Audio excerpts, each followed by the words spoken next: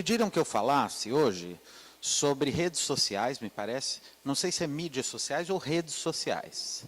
Mídias sociais, praticamente eu gostaria de considerar como sendo a mesma coisa. Mídias sociais, redes sociais, basicamente o mesmo fundamento, né? E evangelização. Quando falaram de evangelização, eu também não sabia se era evangelização de crianças ou evangelização de modo geral. Então, eu vou falar um pouco sobre as duas coisas. A mitologia grega nos conta que, no início de tudo, havia o caos. Caos é um deus. Caos é o deus original, caos é o deus de onde tudo vem. E entre os filhos de Caos estão Nix, que é o deus da noite, e o filho de Nix é Hipnos, o deus do sono. Daí é que vem a hipnose, os hipnóticos. E Hipnos teve um filho chamado Morfeu, que é o deus dos sonhos.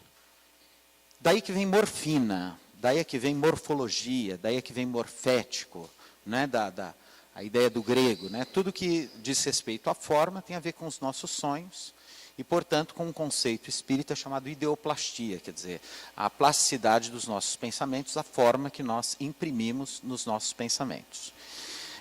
Entre esses deuses, havia um também filho de Nix, que é Cronos. Cronos é o deus do tempo. Cronos, sendo o deus do tempo, dá origem em língua portuguesa, cronologia, cronômetro. E, inclusive, aquele produto da estética, da Natura, Cronos, que a gente passa para nunca envelhecer, para enganar o tempo. E Cronos é um deus muito interessante porque ele tinha filhos e devorava os próprios filhos. Então, ele dava a vida e tirava a vida. Há, então, um dos filhos de Cronos, chamado Zeus, que consegue desafiar o próprio pai, e consegue, desafiando esse pai, sobreviver a ele, destruí-lo e fazer com que ele vomitasse todos os filhos anteriores que ele comeu. Então ele era antropofágico, né? Ou teofágico, eram deuses. Então Zeus, vencendo o tempo e, portanto, vencendo a temporalidade, cria a imortalidade. Aí surgem os deuses, os imortais, que vão habitar o Olimpo. E a partir da imortalidade surge uma antítese entre aquilo que é mortal e passageiro e aquilo que é imortal e eterno, na tradição dos mitos gregos. A palavra mito em grego quer dizer mentira. Os antigos usavam mitos porque acreditavam que era preciso atribuir no mínimo um certo sentido para a compreensão de tudo que está aí. E os gregos chamavam isso de teogonia, ou seja, uma compreensão a partir da existência de deuses e de histórias mitológicas, a tentativa de se imprimir uma narrativa possível de compreensão aos fenômenos da vida. E a partir do surgimento dessa ideia de temporalidade, de finitude, de imortalidade ou eternidade, surge também a relação do homem com o tempo. E quando a gente fala da relação do homem com o tempo, isso existe num dado momento histórico. Não sei se os senhores sabem, mas, especialmente no Ocidente, a medida do tempo surge por volta do ano 600 a.C., portanto, do século V e VI a.C., com o surgimento do primeiro relógio, a clepsidra, o relógio de sol, medindo o tempo. Até então, as pessoas viviam sem saber, sem medir, sem cronometrar, sem saber. Quer dizer, as pessoas viviam simplesmente e não havia essa medida, né, esses referenciais, então, de ano, de mês e etc. Inclusive, esse que a gente segue hoje, o calendário gregoriano, é medieval. Antes não era nem isso, né, era uma coisa ainda mais primitiva.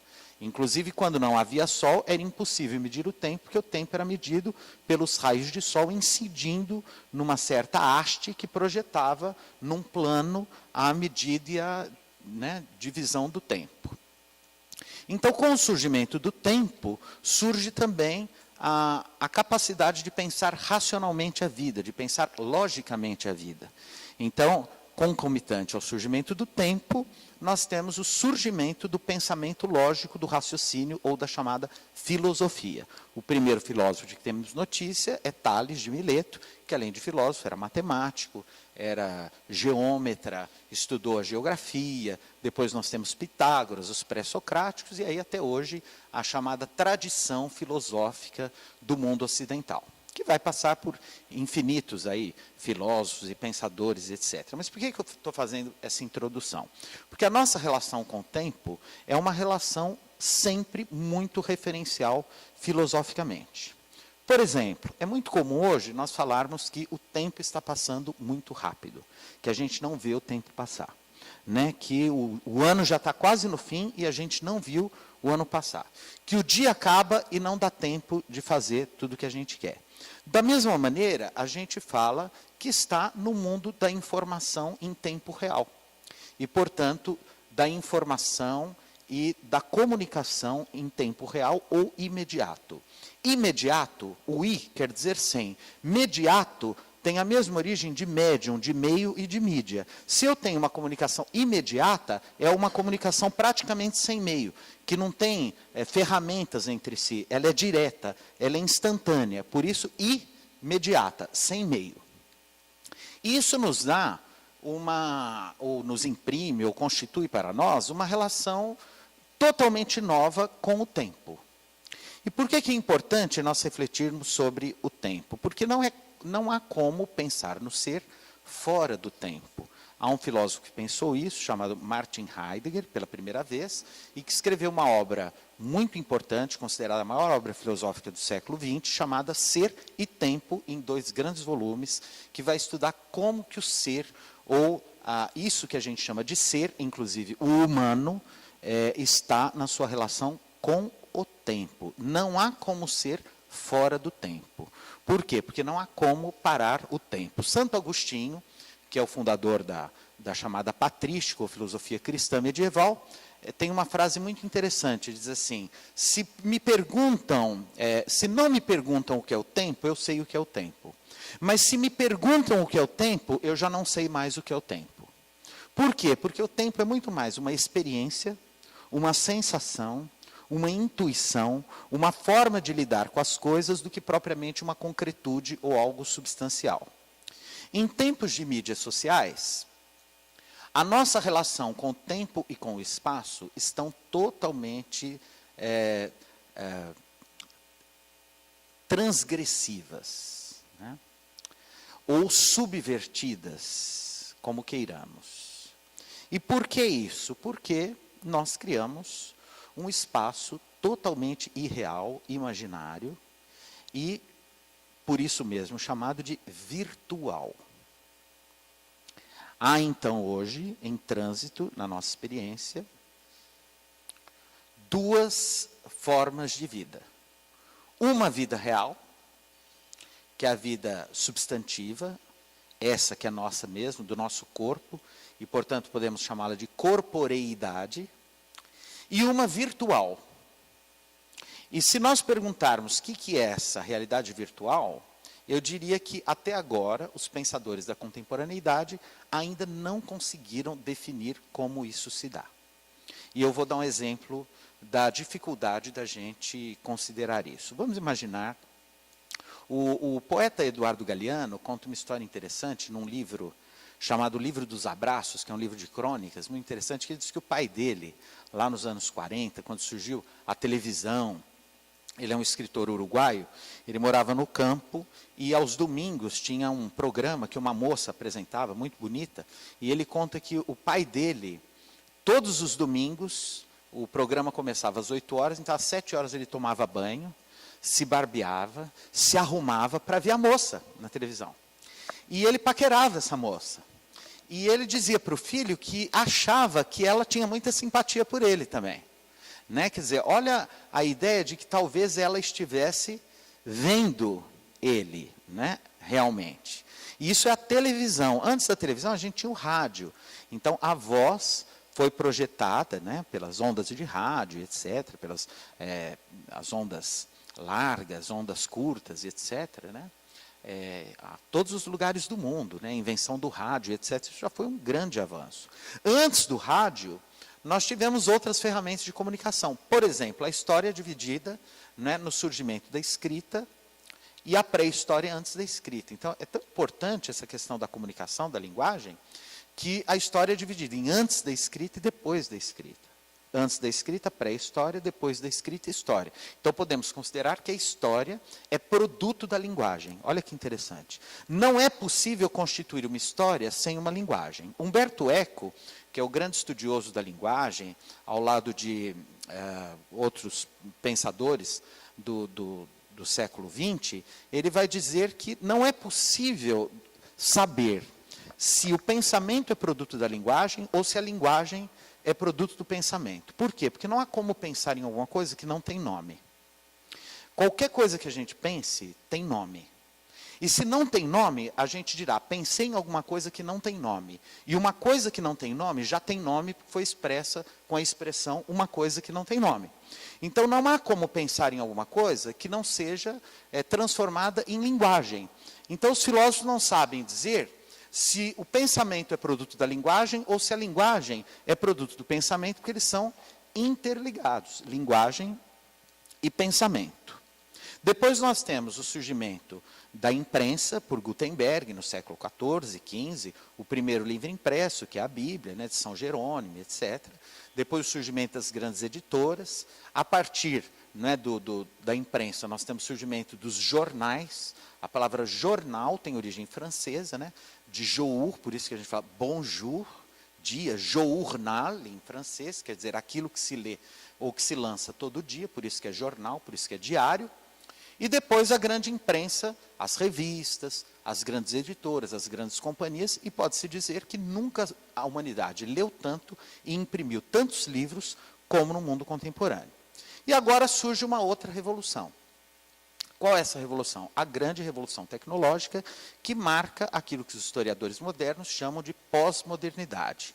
Quando que eles definem o surgimento da pós-modernidade? A partir de 1960, 68, com a Revolução de Maio de 68 na França, com o surgimento da Guerra Fria, com os movimentos da contracultura, o início, o historiador Eric Hobsbawm vai escrever uma obra especificamente sobre isso, chamada O Século Curto.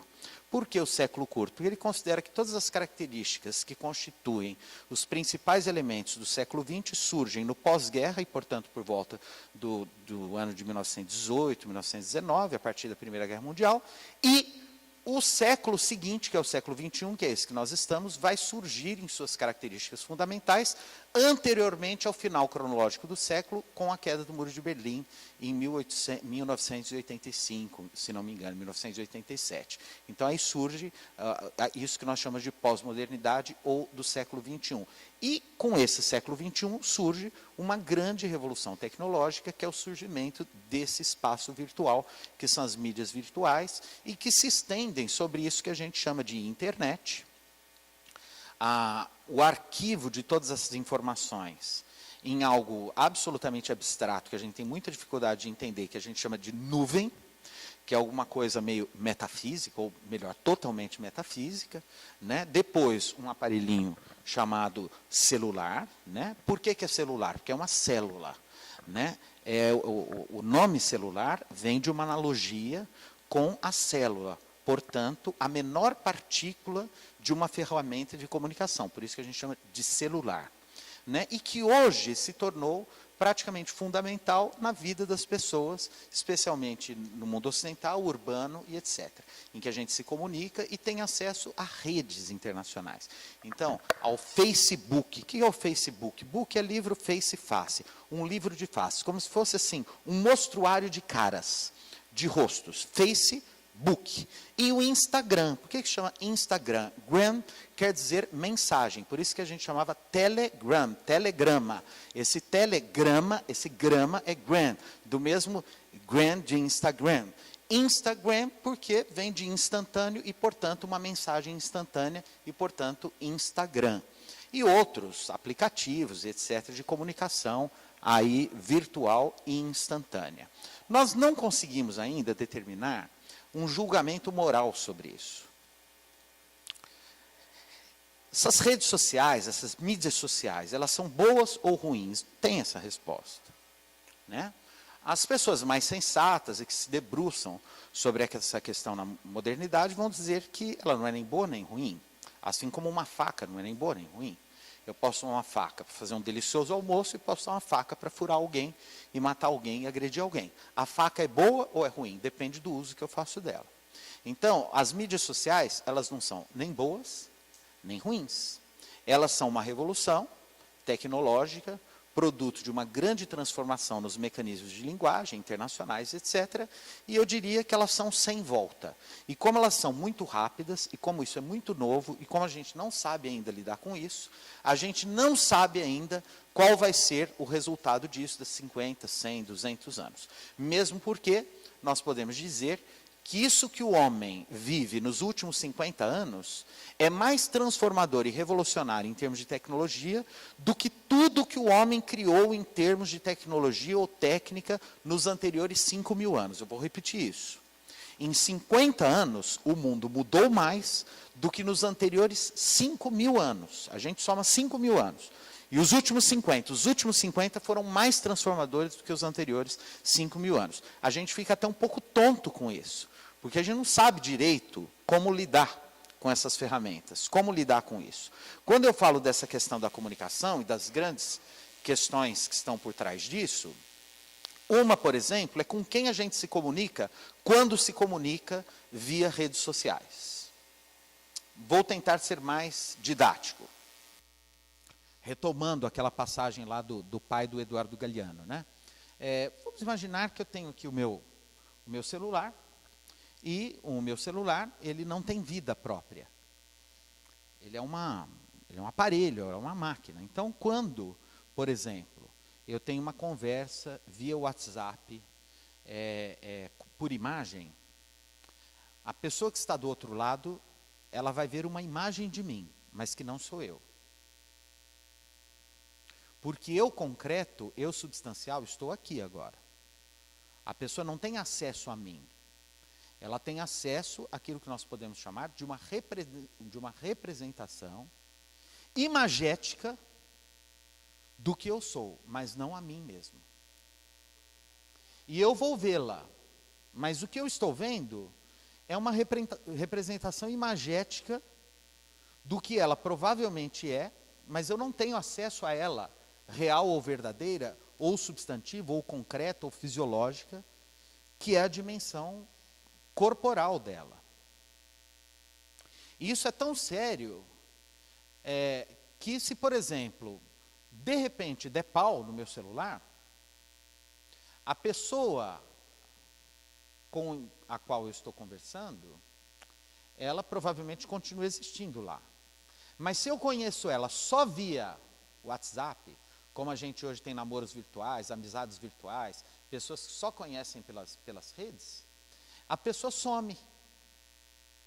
Por quê? Porque quando eu conheço alguém, eu me comunico com alguém só pelas redes sociais, eu nunca conheci essa pessoa realmente.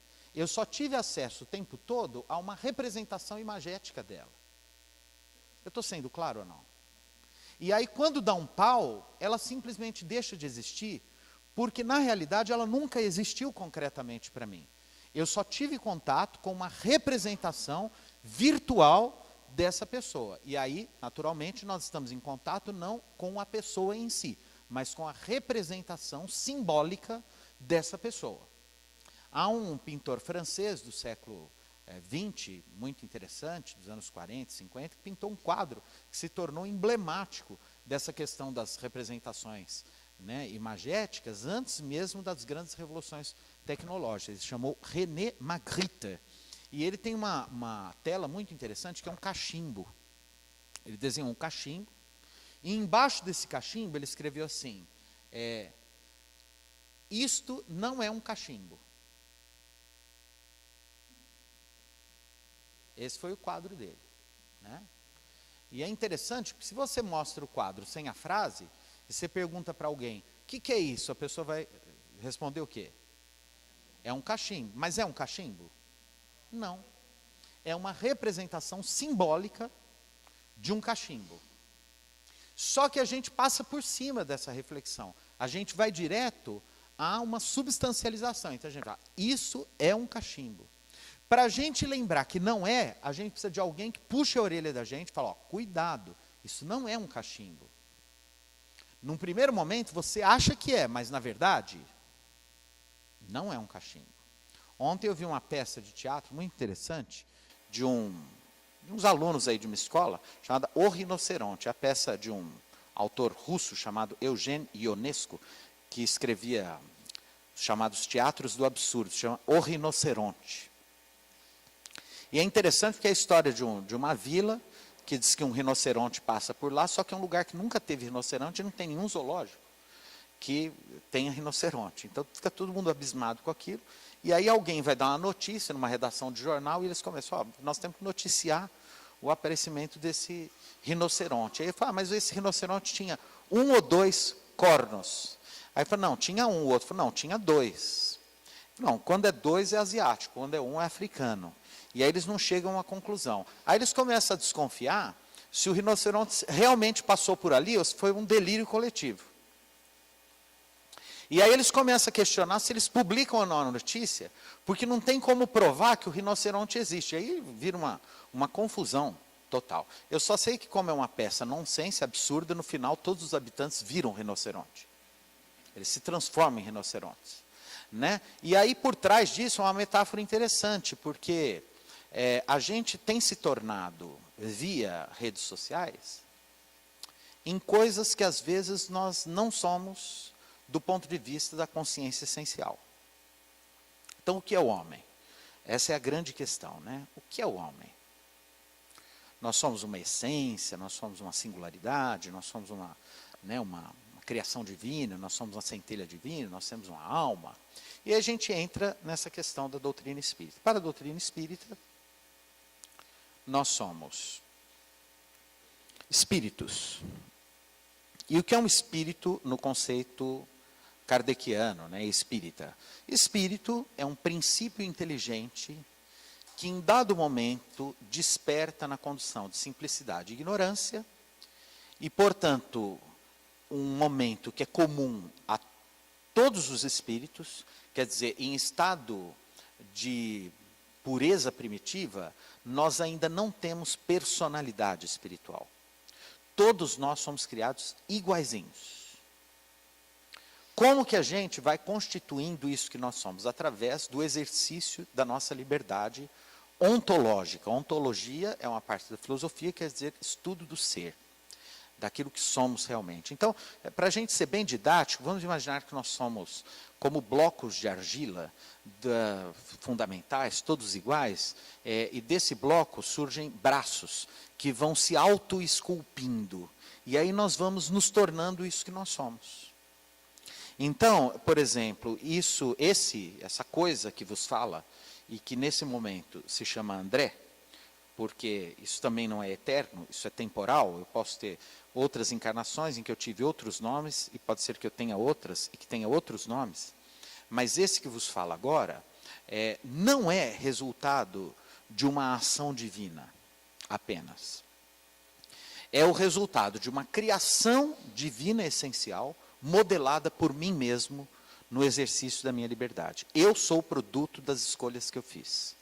Deus não tem nada a ver com o que eu sou. Deus só me criou. Tudo o resto fui eu que fiz. Então, se eu não gosto de mim, ou da minha face, né, vamos votar no Facebook, né, a minha face é produto do que eu preciso ser, e o que eu preciso ser é produto das escolhas que eu fiz, e que, portanto, num processo evolutivo, determinam o que eu preciso para continuar evoluindo. Eu sou o produto do que eu escolho ser. Se você, por exemplo, não gosta do que você o responsável por aquilo que você é e que você não gosta é você mesmo. Ninguém tem culpa. Ninguém é responsável por aquilo que você se tornou ou é. Só você mesmo. E essa é a parte que nos cabe. Eu gosto muito de uma frase, eu sempre repito, do Woody Allen, o diretor de cinema, ele diz assim, Deus existe, ele só não quer se envolver. E eu gosto disso e acredito nisso. Por quê? Porque se ele existe, ele nos criou e nos dotou de todas as ferramentas necessárias para a nossa evolução. né? E ele não, e se ele existe, ele não pode ser alguém que vai mudando de ideia, né? Assim, eu pensava assim, agora eu estou pensando de outro jeito. Não, se ele existe, tudo está perfeito, tudo está aí, e numa dimensão temporal, inclusive para a concepção teísta da doutrina espírita, tudo já está pronto. Como tudo já está pronto? Tudo já está pronto para Deus, porque para Deus, se não existe passado, nem presente, nem futuro, ele é atemporal. E sendo atemporal, ele não está esperando as coisas ficarem prontas, porque elas já estão prontas. Então, essas dimensões de passado, presente e futuro, são dimensões presentes apenas na nossa experiência evolutiva, não na experiência de Deus, que é atemporal, e, portanto, está acima do tempo, como o nosso Cronos do início da nossa conversa, né? E aí, então, a nossa relação com esse Cronos, que é o tempo, mediada pelas chamadas mídias, e mídia quer dizer meio, que tem a mesma origem da palavra médium, por exemplo, né, que é muito usada na doutrina espírita, o médium, aquele que é intermediário. Mídia e médium é a mesma coisa. Podemos dizer que a mídia é praticamente um médium tecnológico de espíritos encarnados, né? Nós somos esses princípios inteligentes, se tornaram espíritos, e que agora são dotados de uma ferramenta tecnológica que é médium daquilo que a gente pensa, etc. Bom, porém, como essas mídias sociais e, portanto, esses recursos tecnológicos, eles não são reais, eles são projeções simbólicas daquilo que somos, não tem como garantir a autenticidade daquilo que se projeta.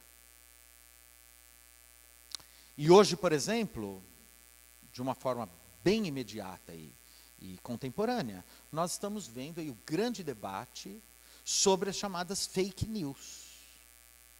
Né? O que é fake? Fake é aquilo que não é real, que é uma imitação, que é uma maquiagem.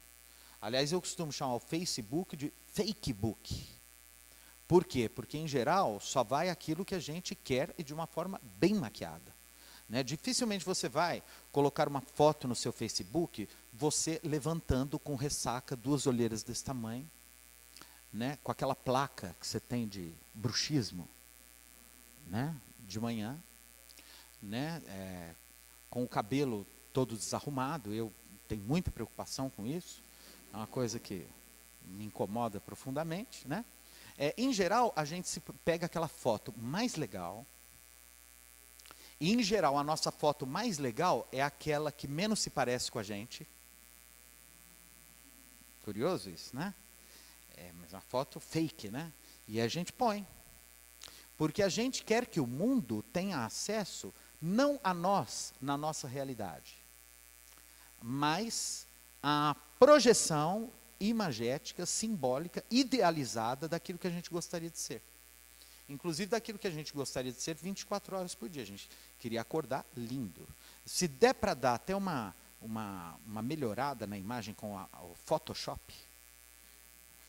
Então, se ele tem uma cara gorda, ele dá uma afinada. Né? O Photoshop corrige até estrabismo. Interessante, né? Tem um estrabismo, você corrige. Barriga, corrige barriga. Dá aquela afinada. E aí a gente, então, cria praticamente um segundo eu, né? Como se fosse um duplo daquilo que eu sou. Um duplo idealizado daquilo que eu sou. E aí a gente tem o império do fake. Né? A predominância, a primazia do fake. Né? Em todos os sentidos. Isso causa alguns problemas, por exemplo. Nos leva à possibilidade da fantasia de que o mundo é feliz e só eu sou infeliz. Né? Eu posso, inclusive, simular fakes de viagens. Eu posso comprar pôster de cartões postais do mundo inteiro, me colocar assim, tirando selfie, e está tudo no estúdio na minha casa. Eu fico uma semana, digo que fui para Nova York, e as pessoas morrem de inveja porque eu fui para Nova York, é tudo fake, não tem nada disso. Né? Eu posso criar uma personagem, que personagem é uma palavra de origem grega, de persona em grego, quer dizer máscara. Persona em grego quer dizer máscara. O que é uma personagem? A máscara é aquilo que me esconde.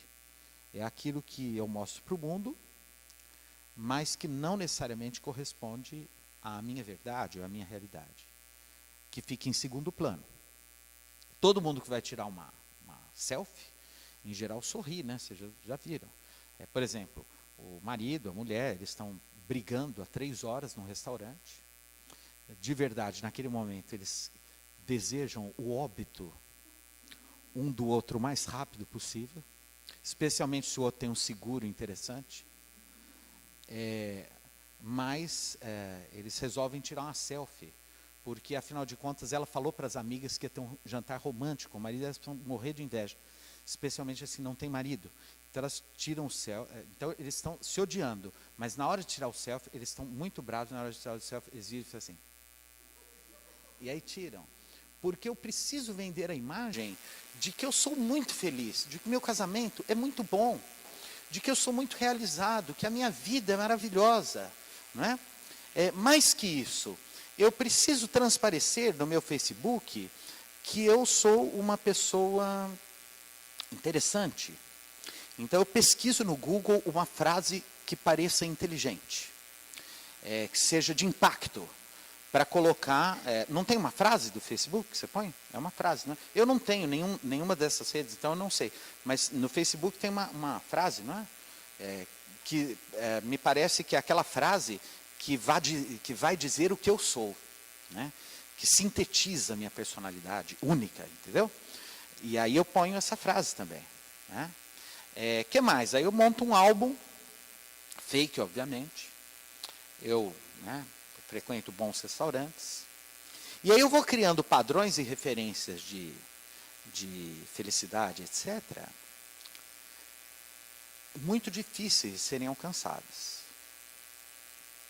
Então, tanto qualquer um de nós, hoje, em Ribeirão Preto, que é uma cidade de padrão médio no interior de São Paulo, em 2018, etc., eu preciso mostrar para o mundo que eu sou uma pessoa que tenho alguém, eu amo, sou amado, eu preciso ser eternamente jovem, então eu preciso estar sempre bonito, eu preciso estar bem vestido, eu preciso estar na moda, eu preciso ter um carro bacana, eu preciso ter um emprego que eu amo, porque eu sou muito feliz fazendo o que eu faço, eu preciso estar cercado de amigos, frequentando bons restaurantes, eu preciso morar num condomínio fechado na Zona Sul, porque hoje não dá para morar fora de condomínio, gente. A violência é impossível, né? Tanto que todo mundo mora em condomínio fechado. E quem não mora é assaltado todo dia, vocês sabem disso, né? Não tem como morar fora de um condomínio fechado, não é? A nossa vida precisa ser assim, né? E aí, quem não é assim, começa a achar que tem alguma coisa muito errada com ela. A gente tem esse Setembro Amarelo aí, falou de suicídio, etc. Todo mundo fica naquela coisa, fala que suicídio é obsessão, fala que suicídio é depressão, que suicídio é a internet que causa, e dificilmente alguém fala dos valores do capitalismo contemporâneo, mercantilista, idiota, e que faz as pessoas que não têm aquilo que o mundo diz que precisa ter, lixos humanos. Ou seja, as grandes questões morais do mundo contemporâneo não são tratadas. Por quê? Porque é mais simples, é mais fácil a gente falar de banalidades. Falar do pico, né? A gente fala da ponta do iceberg, mas da gigantesca montanha de valores absolutamente idiotas e equivocados, que a gente está construindo há séculos, inclusive preconceitos, etc., simplesmente ninguém fala. E por que ninguém fala? Porque é desconfortável, que mexe dentro da casa da gente. Porque mexe nos valores pessoais nossos, que nem sempre a gente quer mudar, ou que a gente se sente muito incomodado de falar. É mais fácil acreditar que é o obsessor que me leva a me matar. É mais fácil acreditar que eu me mato porque tem uma questão bioquímica no meu cérebro que me leva a me matar. Então nós estamos diante de um fenômeno muito complexo, um fenômeno que ainda nós vamos demorar 200, 300 anos para compreender.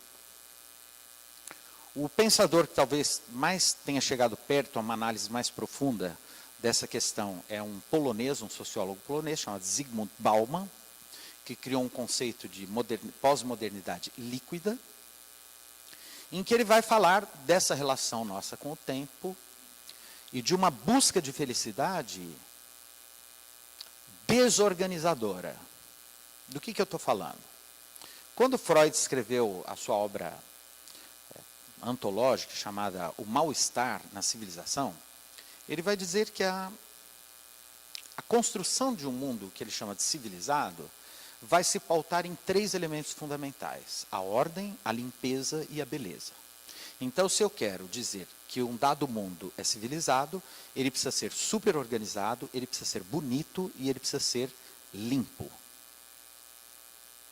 E para que eu viva num mundo limpo, organizado e belo, eu não posso fazer tudo o que eu quero. Então eu preciso recalcar os meus desejos.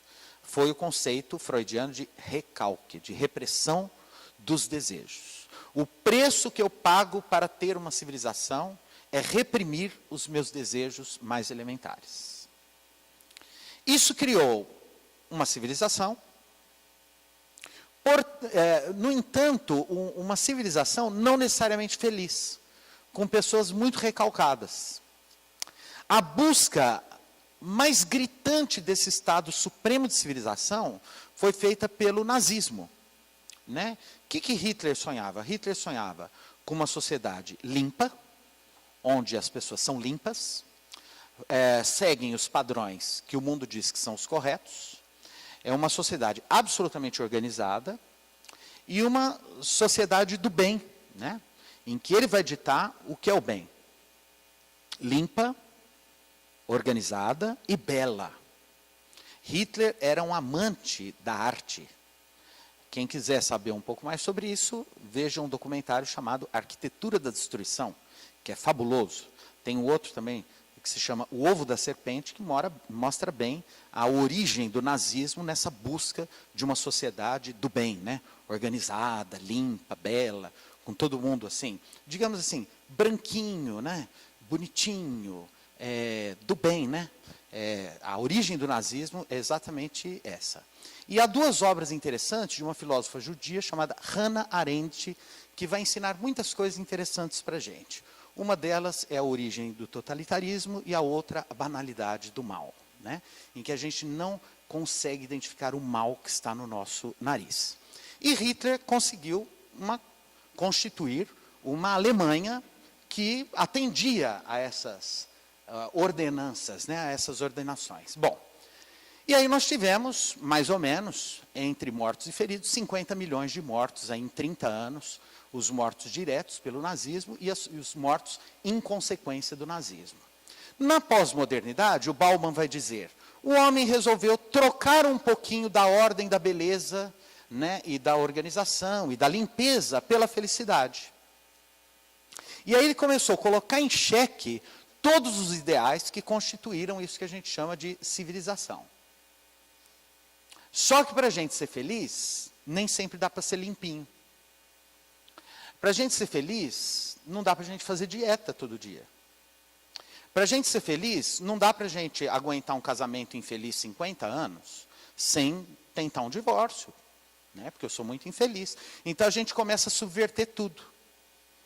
Certo? A gente começa a comprometer a civilização em busca de felicidade. Onde isso nos leva? A isso que a gente está hoje e que não há uma resposta para onde nós vamos. Então nós estamos num momento histórico da chamada pós-modernidade, que é um momento caracterizado por inúmeras dúvidas, por aquilo que os gregos chamam de crises. O que são as crises? São os momentos muito primordiais, muito vulneráveis, em que a gente não sabe direito para onde ir, em que não há respostas para as questões fundamentais. Bom, eu vou encerrar com a segunda parte dessa questão. O que isso tudo tem a ver com evangelização? Bom, eu acredito que sendo uma ferramenta que está aí, inevitável, aliás, as pessoas brincam que as crianças já nascem, né, sabendo usar, tecnologia, etc. O que não necessariamente quer dizer que elas sejam mais inteligentes, porque a gente que sabe mexer muito com tecnologia, você vai conversar um imbecil, né, um burro, mas sabe mexer muito com tecnologia. Quer dizer, isso não é sinal necessariamente de inteligência, mas de um melhor manejo, né, da questão da tecnologia, mas é uma realidade, né? As crianças sabem mexer muito com isso, as pessoas mexem muito com isso, e a gente não tem como impedir isso, e vai daí para mais tecnologia, e a gente não sabe o que isso vai acontecer daqui 200, 300 anos. Bom, e a gente fala de evangelização. Bom, a palavra evangelização merece ser estudada e refletida. Porque quando a gente fala de evangelização, do que a gente está falando? Por exemplo, os jesuítas evangelizaram o Brasil no século XV e foram terríveis criminosos. Em nome da evangelização e em nome do Cristo, eles mataram milhões de índios e sepultaram a cultura deles, a religião deles, enfim, tudo que eles tinham de mais lindo em nome de Jesus e em nome de evangelizar. Ok? Tanto que a gente tem um Brasil sem índio, né? A gente matou os índios.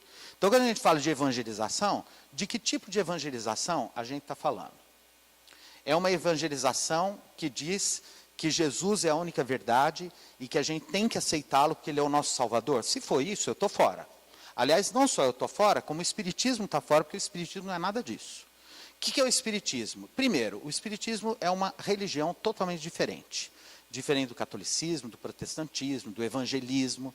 Por quê? Porque é uma religião não salvacionista.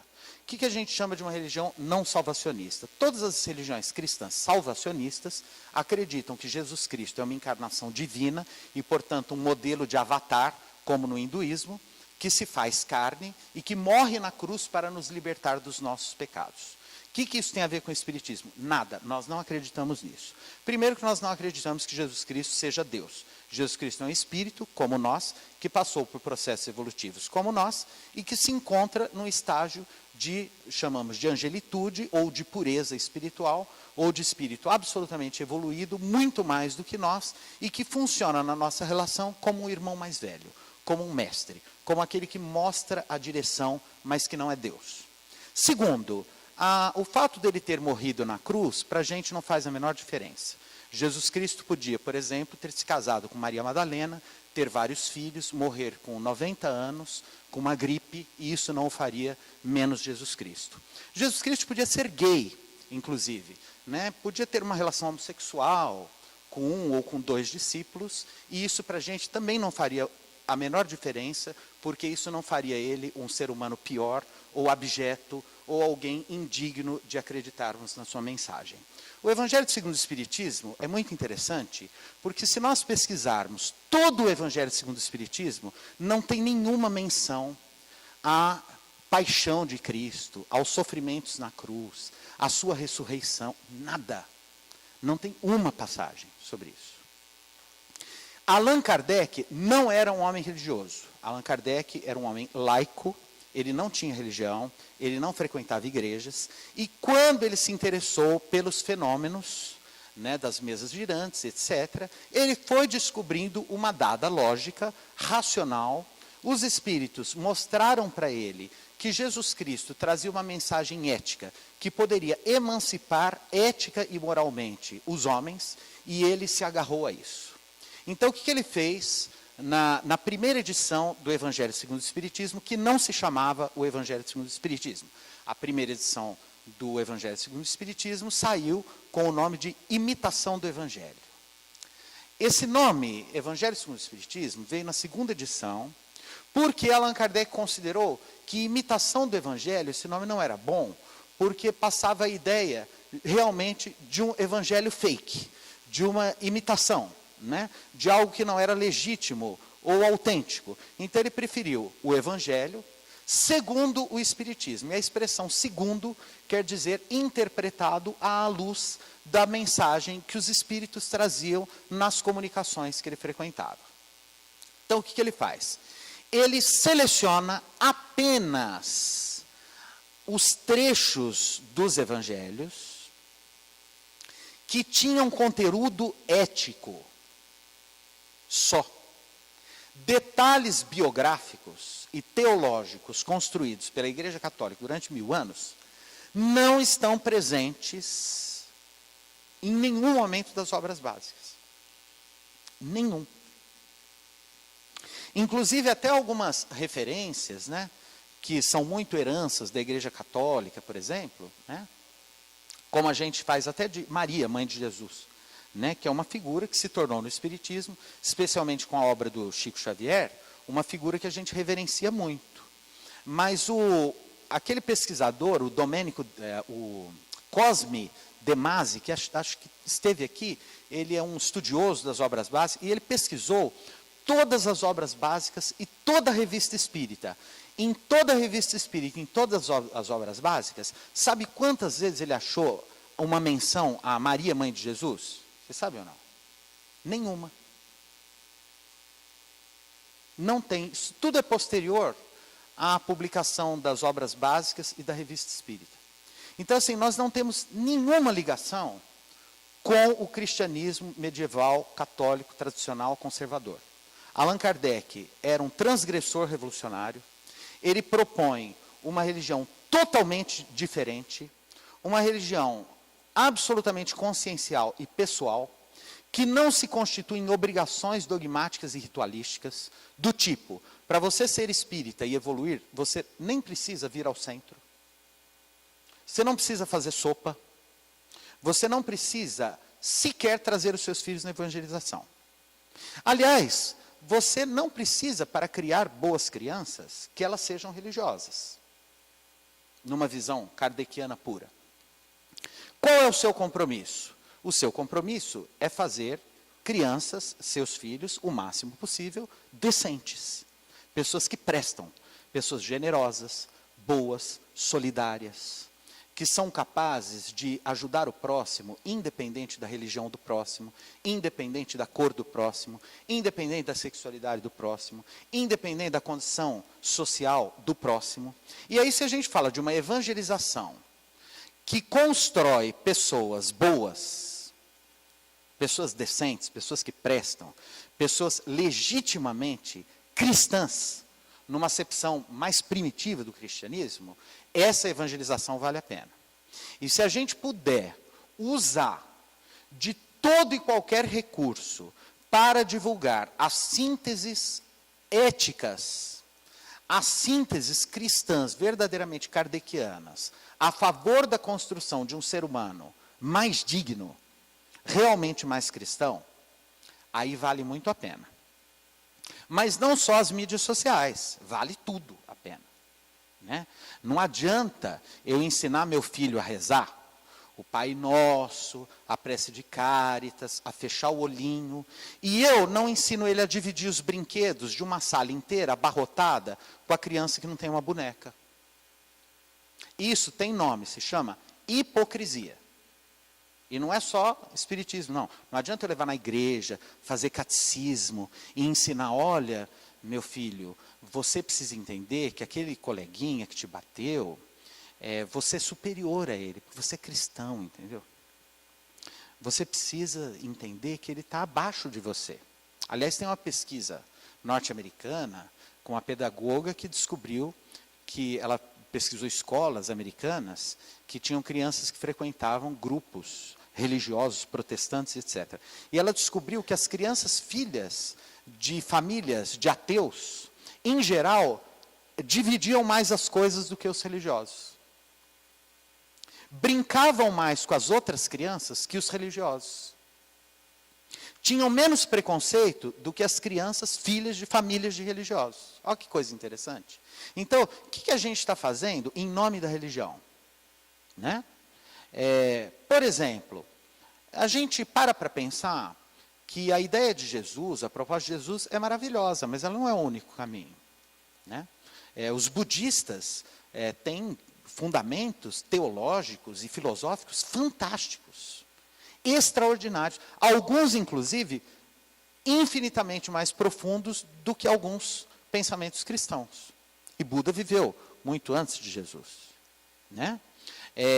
Os muçulmanos têm coisas maravilhosas no Alcorão, nas práticas muçulmanas. Erra quem acha que todo muçulmano é terrorista, fanático, etc. Né? Há pessoas que não têm religião nenhuma, que são pessoas maravilhosas, que ensinam ética, solidariedade, generosidade, né? Que ensinam justiça para os seus filhos, não necessariamente vinculados a uma ideia religiosa. Agora, se as ideias religiosas, sejam espíritas, católicas, etc., fundamentadas no Evangelho, fazem sentido para um determinado núcleo familiar, e se a gente considera que isso pode ajudar os nossos filhos a serem pessoas mais interessantes, pessoas mais justas, melhores, pessoas boas, que bom! Maravilhoso, vamos até as últimas consequências com isso. A gente só não pode ser dogmático, porque toda vez que a gente acredita que a gente detém uma verdade, que é a única verdade, e que é mais verdade do que as outras verdades dos outros, nós estamos nos tornando fundamentalistas dogmáticos medievais. E nós precisamos tomar muito cuidado com isso. Então, eu espero que a gente consiga, né, transitar aí por essas mídias sociais, né, fazer o uso delas, nos divertir, inclusive, com elas, porque elas são muito divertidas, às vezes, mas tomar muito cuidado com o que elas são capazes de fazer com a nossa consciência, né, com os nossos valores, com as nossas escolhas, com a nossa vida prática, real, que é realmente a que importa. Eu agradeço a paciência de todos e um bom fim de semana e até uma próxima oportunidade. Eu abro aí uns 5, 10 minutos, se alguém quiser fazer alguma pergunta, fazer alguma colocação. Muito obrigado. Qual que é a sua opinião? Por exemplo, a gente às vezes tem uma certa dificuldade para trazer os filhos, sobretudo os adolescentes, né, que acham que não tem que mais acompanhar os pais e não querem vir à evangelização, mas a gente acha justamente isso, que é válido, que vai tornar as pessoas melhores, e a gente fica no impasse. A gente leva obrigado, a gente tenta conversar para fazer com que eles entendam a necessidade. O que você diria para a gente? Eu vou usar nessa resposta o pensamento de um filósofo dinamarquês chamado Kierkegaard, que separa o que é necessidade e o que é possibilidade. Quando a gente confunde necessidade e possibilidade, a gente cai num terrível equívoco. Então, vamos pensar o que é necessidade. Você tem um filho adolescente. O que é necessário? Que ele estude. Ok? É importante que ele estude. É importante que ele coma, que ele beba, que ele durma bem, que ele tome remédio, se ele precisar tomar remédio. É importante que ele respeite você. Ok? É importante que ele seja honesto, que ele tenha caráter, que ele tenha senso de responsabilidade. De preferência, se ele puder ser sensível à dor do outro. De preferência, se ele puder ter contato com cultura elevada, então assim, com bons livros, com músicas edificantes, com discursos importantes, né, para a formação do nosso caráter.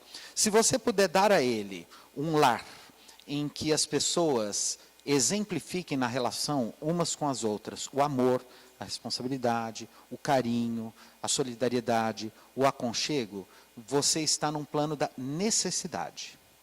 Ele vir ou não é uma possibilidade, mas não é uma necessidade. O problema de você obrigá-lo, primeiro, que é autoritário, né? Segundo, que ele tem direito, inclusive, de escolher uma outra religião que não seja a sua, porque isso é um direito dele. E terceiro, que ele pode ficar com muita raiva do centro espírita, porque ele não gostava de ir e ele foi obrigado a ir. É isso. E para nós evangelizadores, quando a gente observa jovens, adolescentes, pré-adolescentes no grupo que a gente trabalha e nota que eles não estão se sentindo confortáveis ali, a gente conversa com os pais para, de repente, passar esse tipo de... Eu penso que essas questões domésticas, da relação deles com os pais, não é da nossa conta, né? Se a gente é evangelizador, a gente tenta preparar, coordenar o melhor trabalho possível, que é a nossa tarefa ali. O que acontece na casa deles, se eles estão ali, se o pai quer, se não quer, não é da nossa conta. Aliás, eu creio que nenhuma religião deve se meter na vida íntima e privada das pessoas. O que cada um e a maneira como cada um vive na sua intimidade, na sua vida privada, não é da conta de nenhuma religião, inclusive da doutrina espírita. Pois não. Sim. E a gente nota que ela veio obrigada. Você Se nota. a gente comenta com os Não, pais, olha, talvez não, ele não esteja comenta. feliz. Não queira vir, não? Não. Seria os pais que têm que ter essa decisão. A nossa função, se eu sou um evangelizador, é preparar um bom trabalho, seja uma aula, seja uma vivência, seja uma dinâmica de grupo. Se a pessoa está infeliz ou feliz, ou demonstrando ou não demonstrando, a gente está receptivo a esse adolescente, por exemplo, se ele quiser vir conversar com a gente. Se os pais também quiserem vir conversar com a gente, não tem problema nenhum. A gente fala. Agora, a gente tomar a iniciativa de ir lá e se meter sem ter sido chamado, me parece bem inoportuno. Você falou com muita propriedade que nos últimos 50 anos nós tivemos uma mudança maior do que nos últimos 5.000 anos. O que a gente percebe, no nosso caso, com os nossos netos, porque os filhos estão criados já, é que eles recebem, são bombardeados com informações de todos os níveis. Informações que nós estimulamos que tenham acesso, informações que a mídia como um todo traz, e principalmente a mídia digital, que não tem nenhum controle. Então, nós temos casos aí que todos conhecem, de crianças que acabam sendo criadas moralmente em cima de informações das mídias sociais que nós não temos como coordenar. Como é que você enxerga o futuro dessa geração? Quer dizer, essa geração que, de repente, começa a ser educada, criada, guiada, instruída e levada a informações que os pais, os avós, os professores não têm. Olha, é o seguinte,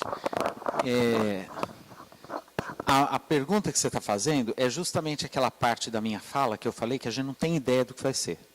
Não dá para saber. Agora, não tem controle, está aí. Né? É um universo, para você ter uma ideia, só para a gente imaginar, né? Vamos supor que eu seja advogado, certo? E eu sou um advogado, aliás, melhor do que um advogado, eu sou um médico, ok? E eu sou um médico neurologista, certo? E eu faço trabalhos acadêmicos, mestrado, doutorado. Aí eu entro lá no Cielo, que são as páginas acadêmicas do Google e etc. Né?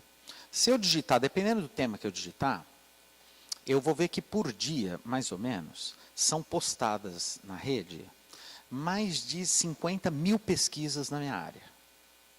Sabe quando que vai dar tempo de eu ler tudo? Nunca. Então, assim, não tem como, né? Aliás, uma das características do contemporâneo é essa, né? Antigamente existia uma expressão que os italianos criaram, que era polímata. O que era um polímata? O polímata era o sábio que sabia muitas coisas. Então, até a Idade Média, como o volume de produção intelectual era muito pequeno, a gente fala, por exemplo, em história, quando a gente estuda assim, a Biblioteca de Alexandria, né? Era a maior biblioteca do mundo, não é isso? Muito bem.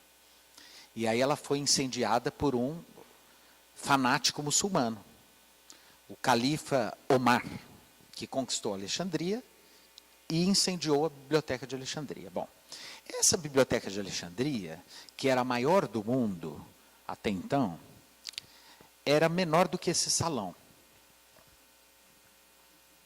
Ok? Ela era grande, o prédio, mas o volume de coisas escritas lá não ocuparia esse salão aqui. Então, a pessoa, assim, ela podia, uma pessoa que vivesse 80, 90 anos, ela podia ser muito sábia e ler sobre tudo, até a Idade Média. Eram os polímatas. Então, a gente sabia um pouco de tudo. A característica do mundo contemporâneo é oposta a isso, que é a fragmentação. Então, enquanto os polímatas sabiam um pouco de tudo, hoje a gente sabe tudo de um pouco. Então, você tem um filho neuro, certo? Aí você está com uma, sei lá, você está com uma alergia, ele não tem ideia do que está na sua pele. Porque ele só passou pela dermato lá um pouquinho, e faz 20 anos que ele só estuda neuro, e assim, só estuda epilepsia, viu? Se você tiver um derrame, ele também não entende nada. Por quê? Porque o volume de informações é tão grande que ou você estuda só aquilo, ou você fica para trás, né? Agora, essa seleção do que vem, e etc., aí é que eu acho importante o repertório de valores familiares. Então, já que a gente não tem como controlar 24 horas o que um filho, adolescente, até criança vem na internet, etc., eu acho que a gente tem que dar exemplo em casa, no nosso diálogo, na nossa forma de viver, né? Para que eles se constituam como pessoas capazes de fazer boas escolhas. E ainda assim, nós não teremos total controle. Porque a gente tem que entender que o que vem na nossa casa é um espírito antigo, que pode ter características e tendências muito antigas, seculares, que a gente pode contribuir para colaborar para eles fazerem outras coisas, mas pode ser que eles não consigam. E isso não é responsabilidade nossa, é deles. Então, às vezes, você tenta, peleja com uma pessoa, é seu filho, é seu neto, tal, uma vida inteira, você faz tudo certinho, a pessoa faz escolhas absolutamente infelizes. Qual é a nossa responsabilidade? Nenhuma. A nossa parte a gente fez, não é uma relação newtoniana, né, de causa e efeito, assim, matemática. A gente faz a nossa parte. E o contrário também acontece, né? É muito comum a gente ver famílias doidonas, que você olha e fala, meu Deus, o que é isso? E de repente, tem um garoto lá que é fantástico. Você fala assim, não é possível que essa criatura saiu daquele inferno. E sai. Por quê? Porque tem méritos espirituais próprios, né, que foram capazes, inclusive nesse aspecto, pode ter acontecido ao contrário, quer dizer, é um espírito superior, que vem para ajudar a família não aproveita, quer dizer, é o contrário.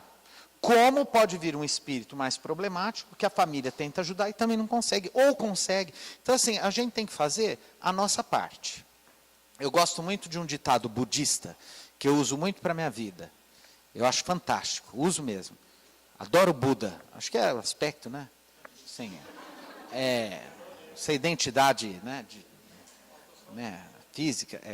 Ele diz assim, faça o melhor. Espere o pior, aceite o que vier.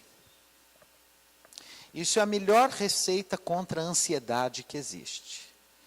Faça o melhor. Por que ele fala espere o pior? Porque ele é pessimista? Não, porque ele quer quebrar as suas ilusões. Ele quer impedir que você se frustre. Então assim, faça o melhor, espere o pior, quer dizer, fica sempre no basal.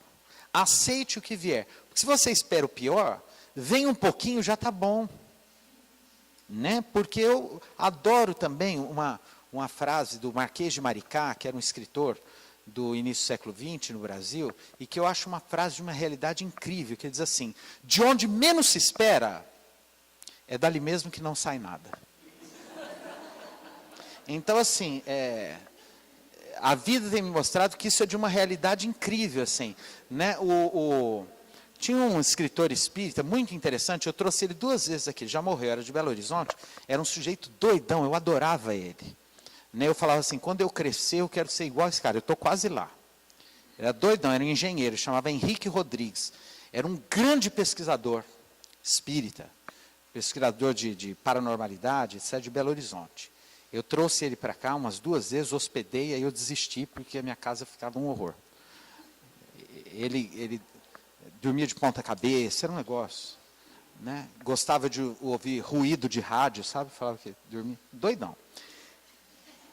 E ele numa palestra aqui, ele fez uma pergunta interessante, ele falou assim, você sabe por que o ser humano se desilude? Ele falou, sim, porque se ilude.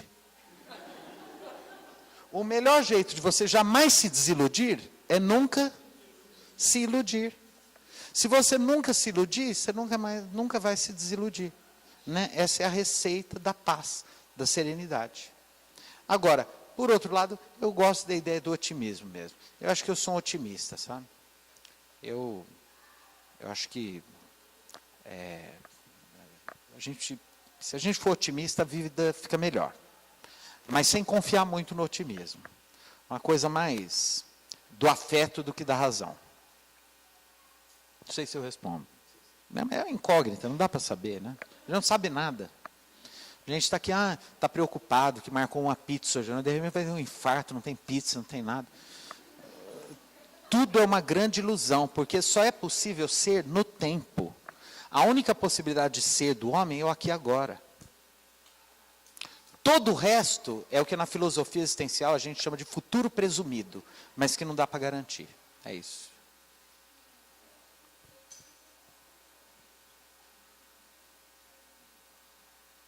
Pronto? Agradeço muito ao nosso André, que realmente ilustrou muito bem as nossas ansiedades, as nossas preocupações. E o Chico falava uma coisa também interessante também para você não se iludir. Tudo passa. A felicidade passa, a tristeza também passa. E uva passa. E uva passa também. Tá certo?